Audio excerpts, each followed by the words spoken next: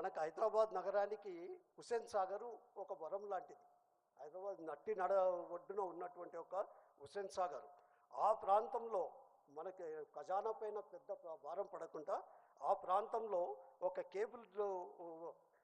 Cable car ఒకటి ఏర్పాటు చేసి మనకున్న ఎందుకంటే దక్షిణ ప్రాంతం బాగా ఇంప్రూవ్ అయింది హుస్సేన్ సాగర్కు, కానీ ఉత్తర ప్రాంతంలో పెద్ద ఇంప్రూవ్మెంట్ అనుకున్నంత జరగలేదు ఇంకా.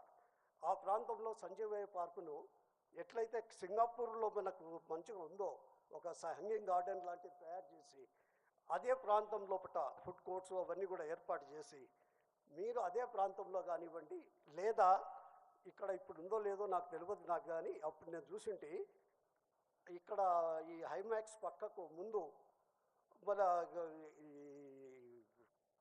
సెక్రటరియట్ వెనకాల విద్యుత్ యొక్క కార్పొరేషన్ యొక్క స్థలం ఉంది, అదే ప్రాంతంలో అయినా.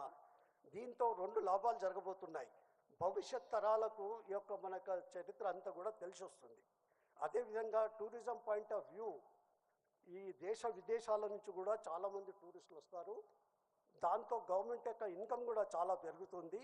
నేను వారిని రిక్వెస్ట్ చేసేది మొత్తం మంచి కట్టియండి, మొత్తం చరిత్ర అంతా కూడా అందులో కూడా ఎగ్జిబిట్ చేయండి.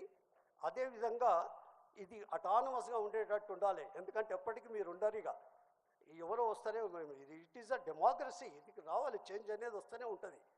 అప్పుడు చేంజ్ వచ్చినప్పుడు ఎవడన్నా స్వార్థపరుడు వచ్చింది అనుకోండి, హిస్టరీ అంతా వాందే పెట్టుకోగలుగుతాడు. కనుక ఇట్ షుడ్ బి అటానమస్గా ఉండేటట్టు ఉండాలని చెప్పి తెలియజేసుకుంటూ, ఆ విధంగా ఇటువంటి ఒక కార్యక్రమాన్ని చేయాలని చెప్పి తెలియజేసుకుంటూ ఐఎమ్ వెరీ హ్యాపీ.